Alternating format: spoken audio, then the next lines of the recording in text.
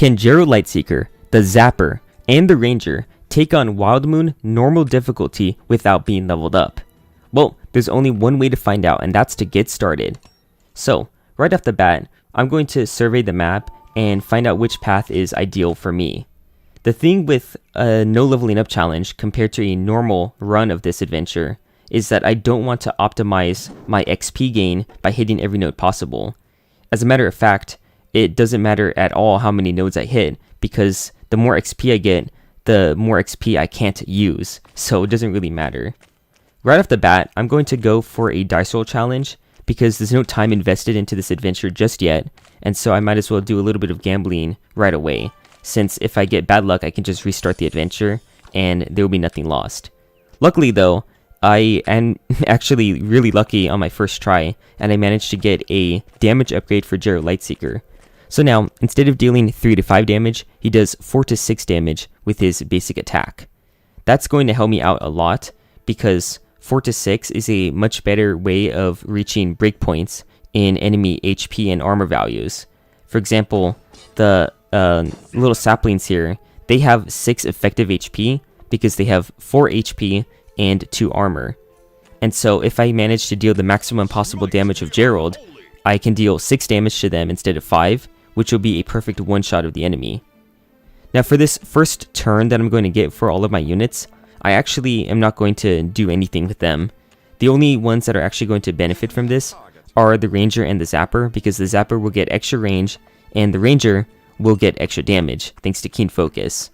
However, the Zapper doesn't actually need his extra range because he's going to be able to hit these enemies even without the bonus range. He only gains 2 extra range, which is a good amount, but this enemy is within 2 spaces of his maximum range from him, so that's fine. And Gerald did his minimum damage, but that's fine. Precise Shot, thanks to Keen Focus, is capable of dealing 10 damage maximum, even though the range is at level 1, because of all the combinations of his epic effects. You see, the Ranger's damage calculation for Precise Shot is not what I initially thought it was when I first played this game. Instead of just adding the damage from the epic effect that it says in the description, which is usually +2, it actually takes his attack stat, divides it by 2, and then adds that as the epic effect. And just so you know, the epic effect is that he deals extra damage against immobilized targets. That's why I stunned that one enemy with the Zapper, so that way he could be immobilized, since stun counts as a form of immobilization, and then hit him with the Precise Shot. But anyways, the epic effect deals his attack stat divided by 2 as bonus damage. So when I apply Keen Focus, which adds +2 to his attack stat, it actually means that he's dealing an extra 1 damage with his epic effect. And so in total, he goes up to 7 to 10 damage possible with his basic attack. And that's a massive amount for a level 1 companion. That's more than Gerald can deal with his basic attack, even though he got a damage upgrade. So that's really good. But in any case, that's enough of an explanation of the Ranger. I'm just in the mood to talk about the Ranger, since as of this video, I'm working on the review for him. I'm going to be reviewing him as my next companion since I've done the Knight already. And it's going to be my way of talking about how useful it can be to use a ranged character and all the different techniques that you can perform with them. Now, I decided to keep the Zapper here, and the reason why is because I'm actually going to use the Ranger's Poison to apply a weakened form of status effect on this trunk here. And so when Gerald attacks him, he's going to heal, because that's his epic effect. When he attacks an enemy who's weakened, he gains 1 HP back. And so by doing this, Gerald is going to gain the 1 health that he lost while getting hit by those 2 saplings in 1 turn. So let me just move the Zapper a little bit. Luckily for the Zapper, he still has his bonus range even when he moves, unlike the Sorceress, whose bonus range is dependent on the fact that she's not moving. So now I have to deal with these extra enemies. The good thing about these extra enemies, though, is that I already have them in checkmate. I always say this when I have no chances of losing, and as long as I keep on bursting these enemies with a bunch of attack damage, I have nothing to fear. So, with the Zapper now, I have the opportunity to stun one of these enemies, and if I stun one of them, I can reduce the amount of damage incoming to Gerald, which is very useful. So I'm going to stun him and prevent him from attacking. Then I'm going to move Gerald over, so that way when he gets hit by the trunk, the area damage also hits the other trunk, so that way they're even closer to death. Now I'm going to attack the one that's closest to dying, since that means that I can get rid of him earlier, and by getting rid of him earlier, that means that's going to be one less source of damage attacking Gerald. So there he goes, taking some damage. He's going to get killed by the poison on the next turn, so I technically don't need to attack him with the Zapper, although it is still tempting to, since it means that Gerald is going to receive less damage overall. Instead of dying to the poison though, he heals himself, so now I have to finish off one of these two enemies. So, because of the fact that he deals 4 to 6 damage, I'm going to attack the one that has more health, since I can just get rid of him anyways, and then I can attack this final trunk here. So this combat scenario is going on for a pretty long amount of time, and it's all just because I wanted to heal Gerald. If I didn't want to heal him with the epic effect, I would have just finished off all of the enemies while 2 of the saplings were still trying to respawn as trunks, and I wouldn't have to kill these other 2. But it's fine, because I managed to get through them. The thing about healing units in this game is that you often have to delay finishing a combat scenario, because you want to buy yourself more time to heal all of your units. So I get to the burnt offerings, and from my experience, you always get bad luck whenever you interact with the burnt offerings, so I choose not to do anything with it. I also, once again, I'm not leveling up any of my units because I can't, so even though I have that XP, I'm just going to leave it sitting there. Now when I get the Hand of Fate, I'm going to choose the star, because the star gives me good luck on my units. And so if I run into another dice roll event as an ambush, then I'll be a little bit more safe to deal with it, since I'll have the extra dice. So now I have this situation where I've got to deal with quite a couple of pretty dangerous enemies. Luckily though, the Shield of Retribution is really effective on all of these guys, because so many of them deal either high damage in a single attack, or they deal true damage, and so you want some sort of defense against that. And Gerald is just really good against all forms of damage coming his way, because if you're playing normally, you can use Avenging Blade. So even if he's taking true damage and losing some of his HP, he's still just going to be able to heal it back by using Avenging Blade, and also deal more damage because of the fact that he's lost HP. Or you can just use Shield of Retribution, and that's applicable even at level 1, so that's what I'm going to be doing. Now the tricky thing is that I don't want the Ashravan Enchantress to be in range to attack Gerald and use up his Shield of Retribution before this enemy attacks him here, because I want the Nightshade to be using up its true damage on him. So I have to keep him from getting too close. I get good RNG when shooting with the Ranger, because he deals his maximum of 5 damage, and that finishes off the Vine Paw right away, so now I just don't have to deal with him. Now I'm going to stun the Ashravan Enchantress, so that's another turn where she can't do anything. So there we go, that guy got hit. If I was to gamble here, since Gerald does 4 to 6 damage now, there is a small chance that he would be able to finish off this enemy. However, if he did, then he would be in range of getting hit by the trunk, and that would also leave the Zapper in range of getting hit by the trunk. So instead, I move him down, and even though he didn't deal enough damage to finish off the enemy, because he gets hit by the trunk, that means that I did guarantee finishing him off. So now I'm going to use the Poison Arrow to guarantee that I kill the Ashravan Enchantress, so she didn't get a chance to do anything, so that's good for me. Now what I have to do is distract the trunk from being able to do anything to the Ranger, which means that Gerald has to do a little bit of tanking, but he has to stand in a specific way where he's not adjacent to the Ranger. So that means that I've got to come up and stand over here, so that way he can attack him. Luckily, the Ashravan Warlock doesn't choose to summon a Vine Paw. I honestly don't know what he thinks to decide whether or not he's going to summon one, but this time he decided not to, even though he was in range to do so. So now I'm just going to finish off this trunk here, and deal with the other trunk and Ashravan Warlock that I've got to fight. Luckily for me, the Ashravan Warlock has the next turn, so I'm going to move up so that way I'm out of range of the other trunk, but I'm going to use this ability so that way when he uses his armor break, he just kills himself. That wouldn't have been possible if he didn't have the next turn coming up, because otherwise he would have been free to attack Gerald, since the trunk would have been able to attack him first. But since he didn't have the first turn, I'm safe. So I'm just going to use agility and move the ranger back and let that enemy continue to take poison damage. Luckily, the ranger can finish off this guy. It's also possible for me to finish him off with the other AoE as well, but I'm not going to do that. Instead though, I'm going to move him up a little bit just so he's in range to do more stuff. That way, I have the freedom to move Gerald in other locations and not let this enemy move from his spot.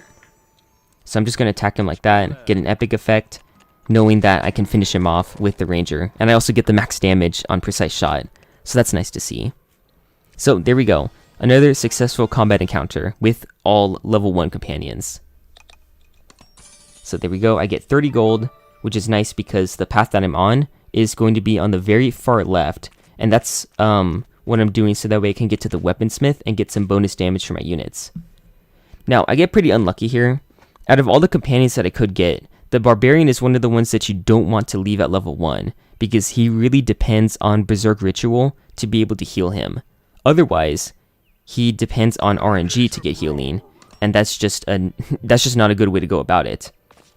However, I do have Gerald to protect him a little bit, and I can just use him to sneak around my other units and deal a little bit of high area physical damage with his attacks.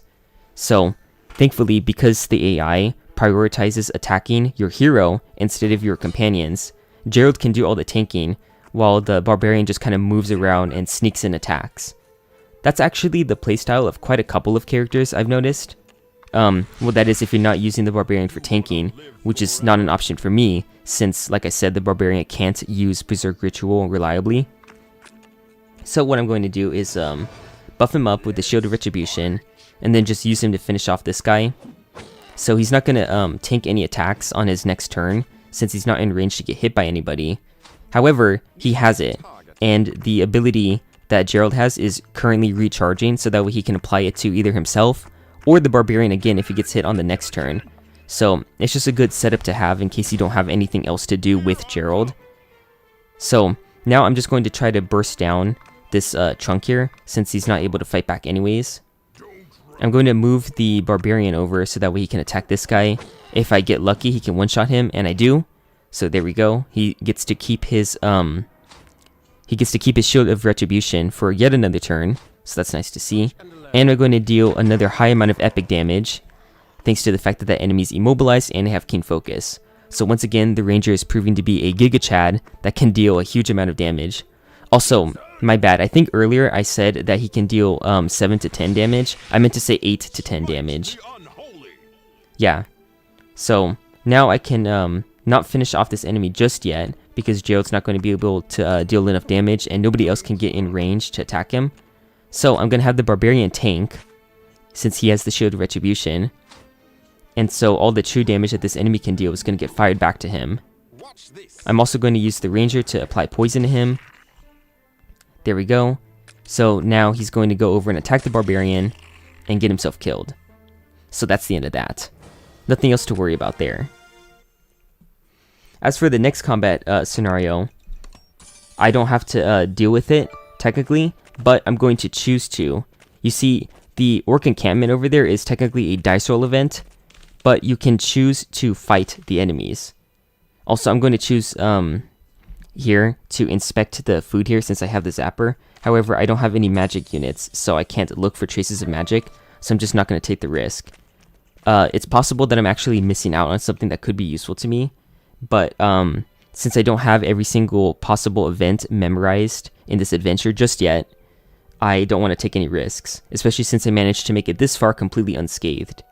So I'm going to choose to fight the orcs. I can get bonuses to my unit's armor by doing this, and so that can prove pretty helpful to me because having bonus armor on the barbarian is helpful. Having bonus armor on Gerald is helpful too, since you know, he's a major tank. And even having some bonus armor on my other units can be useful, although for the ranger it's probably the least useful. For the zapper, it's only useful if he happens to be like adjacent to enemies to make use out of his special ability, which is well, not his special ability, his passive ability, which is to deal 1 true damage to enemies that are adjacent to him at the start of his turn. However, that ability is really bad. I consider it to be like one of the worst passive traits in the game. So I do have the possibility of attacking this orc here, or attacking the TNT barrel to deal some damage to him. But instead of doing that, I'm actually going to keep the zapper here and get his bonus range. That way I'm going to be able to benefit from sniping that shaman right away, because I want to get the shaman out of the way of this combat scenario before he can do anything bad to my units. Oh, losing my voice. So I'm just going to keep all of my units back. I don't really have anything else that I can do with them. I just want to use this poke here to keep on attacking all of these orcs. Now I do have the opportunity to shoot at the shaman here, but I'm not going to finish him off because I might as well just let this orc continue to take damage. So you see here, he keeps on moving into range of the poke. So now I can zap this guy, get him out of the way, and there are no more sources of non-physical damage from any enemies. This means now that I can just freely tank with the armor that Gerald has and not worry about losing any HP, so I don't have to do any trickery in order to heal him. Also, I'm just going to keep on not moving the barbarian since he's serving as bait right now. Now, between these options, I can either finish him off, which is what I choose to do, or I could have shot the ogre that's on his way, but I'm not going to do that. So now the zapper is not really in range to attack this other orc here. So my options are to keep him or to attack the ogre, but I choose not to attack the ogre. So what I'm going to do here is actually apply the Shield of Retribution to Gerald yet again. This way, when the ogre attacks him, he's going to receive Shield of Retribution damage from the huge amount of 7 damage that he deals. I'm also going to shoot him with Poison Arrow, and then I'm going to move the ranger up so that way he also is in range to get hit by the ogre's attack. This means that Shield of Retribution is going to trigger multiple times. Well, it's going to trigger twice. I shouldn't sell it as something bigger than that. But he's going to take a huge amount of damage. There you go. 5 and 3, plus the one from the poison. So now he's super close to dying. So let's finish off that guy. And then I'm going to get another epic effect from hitting this guy while he's poisoned. And there we go. That's the end of that combat encounter. Pretty easy, even though I did a couple of unnecessary things. I also got the bonus armor for the barbarian, just like I was saying. That's extra handy for me. And now that I have an excess of items, I'm going to use up the tent. Now I got bonus HP for the zapper, which isn't really that helpful to me, but whatever. I mean, it's better than something bad happening while I rest at the tent, because the worst thing that could possibly happen for me is that I get minus 25 gold while resting. I mean, technically the worst thing that could happen is you get exhaustion, but since I have the exhaustion potions, it wouldn't matter to me. But losing the gold would mean that I'm not able to buy as many upgrades from the weaponsmith that's coming up. And so to me, that would be the biggest loss.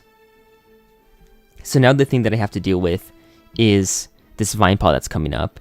If I keep the barbarian in place and benefit from fortify, he gains 3 armor, which is just enough to tank an attack from the vine paw if he survives the ranger's attack, which he did. So now I can do that. You see the vine paw deals 2 base damage plus an additional 1 for every hex that he moves before attacking the unit. And so by moving 1 hex up to go and attack the barbarian, he's going to deal 2 plus 1 damage. Now I'm going to use Shield of Retribution on Gerald instead of on the barbarian, because the barbarian is going to take damage and survive without needing anything else. So I'm going to have him go over and attack the vine paw. Hopefully he will actually be able to finish him off. The benefit to putting Shield of Retribution on Gerald instead of the barbarian is that I can tank the Ashervan Warlock's attack instead. And that's helpful to me because I don't have to worry about the Ashervan Warlock after this. I know for sure that he's going to be using that ability that steals 8 armor, and so he's going to deal 8 true damage and get himself instantly killed. So that's what I want to do. Now the Ashervan Enchantress, I can't reach her just yet, but I'm going to get the bonus range so that I can. Alright, here we go. So he summoned the Vine Paw. So unfortunately, a bit of a miscalculation there. I wasn't able to kill him. But it doesn't matter, because I can move Gerald over and have him attack this thing. Unfortunately, I wasn't able to kill it, But I'm going to move the Barbarian over and have him attack all of these guys. So there we go, just did a bunch of damage. And now I can use the Ranger to attack any one of these units. My preferred decision though with the Ranger is to attack the Astravan Enchantress, since she's the one that causes the most trouble to me. And I can snipe her out with the Zapper here, so I can actually finish her off with this combo. This is another reason why dealing 4 damage instead of 3 is such an important deal. And the Ranger deals exactly 4 damage with his Poison Arrow. I'm going to talk about this more in my review of the Ranger, but just know that the fact that he's able to deal this much damage instead of 3 means that he can stack with a bunch of other units that either also deal 4 damage, and so they can hit the breakpoint of 8 a lot more easily, or he can stack with units who deal 3 damage like the Zapper, which is pretty common, and he can kill the Astravan Enchantress early, which isn't that common of a breakpoint. There's not that many enemies that have only 7 HP, but in this instance it does work out for me really well. So I'm going to try to take out both of these enemies at the same time.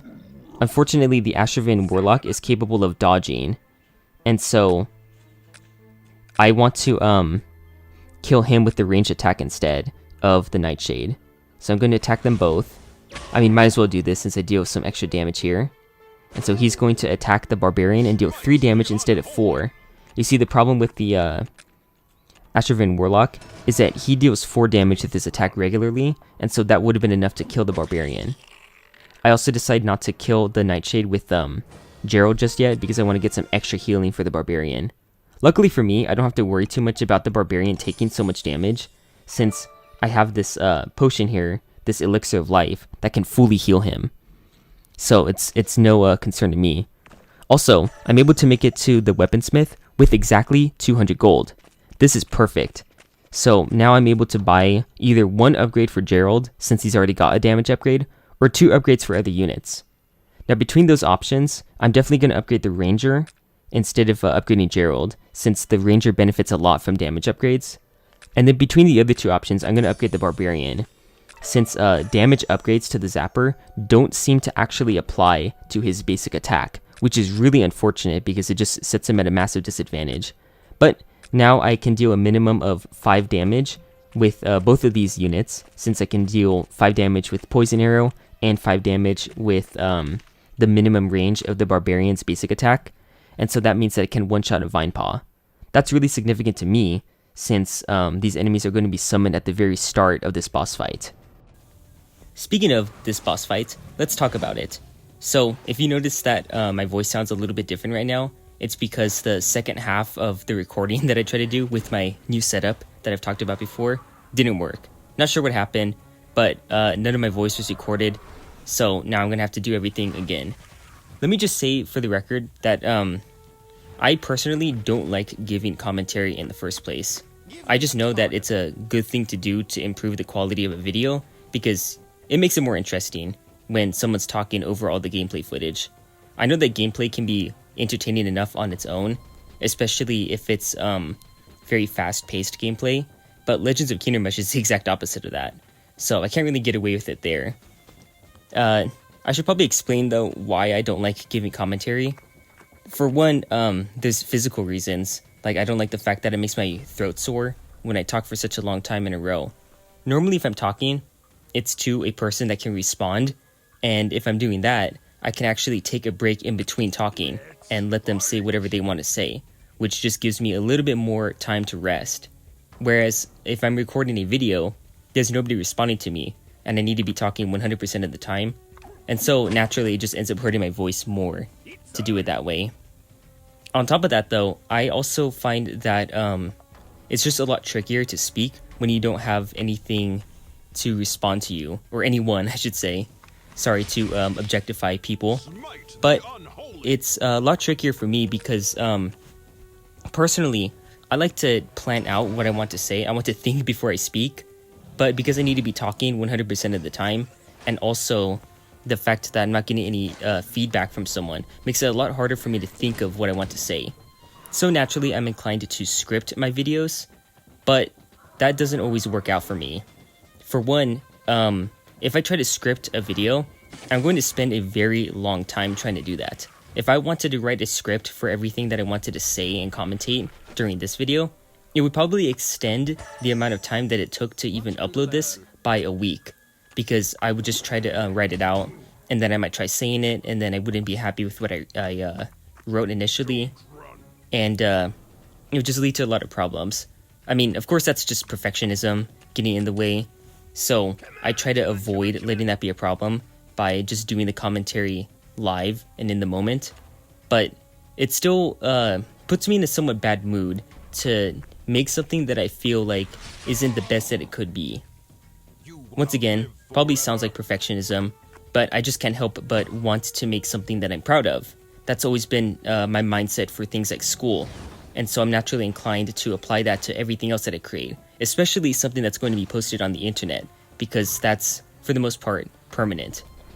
Now, let me go back to the boss fight though, because there is some stuff that I want to say here.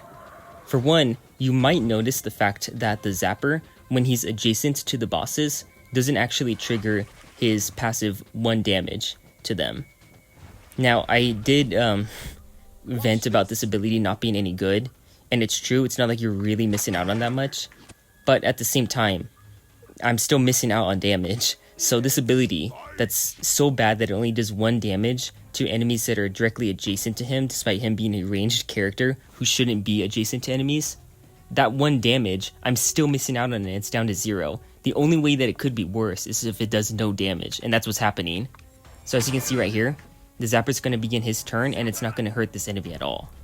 So that's unfortunate, because if I wanted to, I could deal the 1 damage to him and then hit him with his basic attack by moving out of range, or out of melee range, so that we could actually hit him and then finish off that guy. That would have been nice. But instead, look at what happens here. So I'm going to move Gerald and get some really bad RNG here, because he's going to attack the Vine Paw. And keep in mind that the Vine Paw has 5 HP, and Gerald does 4 to 6 damage. So he can deal 4, 5, or 6 damage, and he has a 1 in 3 chance of each, and I get the worst possible luck. He doesn't kill this enemy, and so he gets hit by it, another Vine Paw shows up, and we get this nice little visual glitch here that happens. When Nock attacks an enemy that he can't actually deal damage to because of the Shield of Retribution, it causes the camera to glitch and just dart all the way to the right side of the screen. I don't know why this happens, but it's funny to see it every time. Now, because of the situation that I'm in, I really want to finish off one of the bosses at this point, but there really shouldn't be a rush. At this part of the map, especially with the Ranger, at this part of the fight, you can easily clear out 1 Vine Paw at a time. Since this is sleep, that means that he's immobilized technically, and so I could kill 1 at a time. I purposefully moved the Barbarian out of the way so that way he doesn't kill the other enemy, and I was planning on him not killing the other boss either, because I wanted to finish off the Summoner, but I got, once again, a 1 in 3 chance that he would deal enough damage to kill him, so I got really unlucky there, and he ended up finishing him off. So that was bad. I could have just went and attacked the other boss instead, but the problem is that Nock, the one that I did try to single out an attack, he had 6 HP exactly, plus 1 armor, and so the bosses would have been able to stay alive even after getting hit, because they need to have less than 6 HP. So I could either do nothing with the Barbarian, which would have paid off, or I could have done what I did and gotten lucky. That didn't happen though, and I get even more unlucky because Gerald isn't able to kill this Vine Paw, and things are going to start going bad really fast. So the Ranger, he has Keen Focus, but what is that really worth? I mean, I can poison the boss that has armor, and that is nice, but the thing is, he's going to be close to death while the other boss isn't damaged at all, and so it's going to be overkill. So he didn't need to have the Keen Focus bonus. He really should have just killed the Vine Paw in the first place. So once again, I blame my dad for me not making these more thought out decisions ahead of time. But on the bright side, I know that I'm capable of making them because I can clearly see the room for improvement here. So here we go, everything's falling apart now because I'm not able to kill that stupid Vine Paw. Gerald is getting hit, and he takes 2 HP damage. If the first Vine Paw didn't live and then hit him to deal 2 damage to his armor, then he would have had enough armor to survive an attack from the other Vinepal and be just fine. Or if I had moved him just 1 hex more, so that way he wouldn't be in range of the other Vinepal, then that also would have been fine. But that didn't happen. So this just stinks, this situation with Gerald. Also, if you noticed a little bit earlier there, I actually was able to deal damage with the Zapper's passive to one enemy and not the boss, even though they were both adjacent to him. So even if the ability triggers due to a normal enemy being adjacent to the Zapper, it won't trigger on the boss, which is unfortunate. So I really hope that gets changed in some later updates, because it will help the Zapper not be so underwhelming. It's not that he's really that bad, but if you're going to pick a ranged companion, there's not really much reason to pick him instead of another character. Now, I know that I did pick him instead of, say, the Arcane Wizard or the Knight. Well, here's the reason why I would have picked the Knight. It's because she's a great level 1 companion, and I discussed that in my review of the Knight. And when I do reviews of the other companions, I'll talk about how good they are at level 1, because the Ranger is definitely very good at level 1. However, the Knight would have been redundant. I have Gerald, he's my tank, and so if I picked the Knight as well, the Ranger would be my only real source of damage, plus Gerald and Shield Retribution. Also, here's some more awful situation. Here's another awful situation that I got myself in.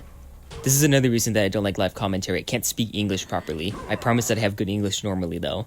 But yeah, the Vinepal pushes him into range of the magical AoE of the boss, and so that deals more damage to him and puts him to sleep.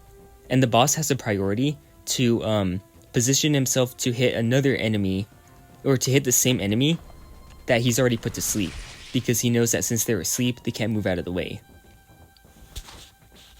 So as you can see here, Gerald's turn is just going to pass by and he's not going to be able to do anything. The Poke Oak damages the Vinepal, but it's not able to finish him off since it always deals 4 damage, yet the Vinepal has 5 HP. And so instead of just killing the Vinepal with the Ranger, I instead opt to kill the Ashravan Warlock instead. And that proves to be a really bad decision on my part, because as you can see here, the Vinepal is able to move up to Gerald and deal exactly 3 damage to him. And since it dodges the Poke Oak, which is a risk I knew I was taking... Oh, sorry, it does 4 damage to him. Yeah, since that was a risk I knew I was taking, that... Wait a minute. I just thought of something. It shouldn't have dealt 4 damage. It's supposed to deal 2 damage plus 1 for moving. Unless the formula is different. Maybe I was mistaken after all. But anyways, I knew that was a risk that I was taking with the Poke Oak, but by the law of big numbers, I shouldn't be getting such bad luck so many times. But that's just how RNG is for you. You can get really unlucky back to back and not have any good luck to compensate for it throughout a run. And so that's what ends up happening here. So once again, I'm keeping the Ranger with Keen Focus so that way it can deal more damage to the boss on the next phase. However, because luck continues to just be really awful for me, I end up not being able to actually finish the boss off with that attack, because the Barbarian doesn't deal enough damage. And so now I have to wait until the next turn and use up the Zapper's attack. What would have been nice is if his passive was able to kill the boss just right here, so that way we could proceed on to the next phase and I could still use the Zapper's attack on one of the bosses. But unfortunately, I'm not able to do that. So I have to use up his attack to kill the boss. Luckily, I can kill the summoner more. That way, I can just focus on this guy. And this guy has the least amount of effective HP out of all of the bosses in their final phase. If you fight any of the other combinations of bosses, this is the only one that doesn't have any armor throughout any of his phases. So that's nice to see. Also, I deal a nice 7 damage with the Ranger. I can also use the Barbarian's Whirlwind Strike ability to deal area damage to all these enemies, but it doesn't really matter. He wouldn't be able to kill the sapling anyways, and on top of that, he wouldn't deal any more damage than he could with his melee attack, only less. And so I might as well just do that. Plus, all these enemies aren't able to kill him, and since I'm in the end game now, I'm able to finish off the enemy, finish off the boss enemy, if I haven't to worry about anything else. So I'm able to afford to be a little bit reckless, even though Gerald's been lost and he's technically my strongest unit, I'm still just fine here. So this guy's going to teleport, but he's going to be in range for me to hit him with any attack because he wants to position himself in a way that hits my units, especially if he can hit multiple of my units. So I could really easily finish him off with the ranger just right now, but because I have a tendency to want to deal as much damage as possible, I'm just going to start poisoning these other enemies. That's honestly my favorite thing about most of the boss fights in this game is that I get an opportunity to do a huge amount of damage. Now, not necessarily meaningless damage, because this is meaningless damage, just me attacking all these enemies that I don't need to attack. But this boss fight in particular requires you to deal far more damage total than any of the other boss fights in the game. And so, for me, it's an opportunity to unload as much damage as I want on these enemies. And that's really satisfying to me, because my favorite part about this game is coming up with an idea for a really good party, then going through the adventure, doing my best to keep my party safe, of course, and getting them leveled up as much as I can with the nodes that I'm given in order to create the most overpowered combination when I face off against the boss. And then inevitably, the boss ends up feeling a little bit too easy because I'm so strong that I can almost too easily spawn kill them. But it's fine because this boss is really difficult to spawn kill. I'll still try though, so look out for that video if I ever make it. Now let me just showcase here that I had 6 combat encounters total, 3 of which were flawless, but on top of that, I had pretty close to flawless encounters because I was able to heal Gerald back up on the very first combat encounter that he took damage in, and also the Barbarian was perfectly fine when he took damage because I had the Elixir of Life. So my HP was never really at risk until the actual final boss fight where it doesn't matter. So there we go. I hope you enjoyed this video. Have a good day.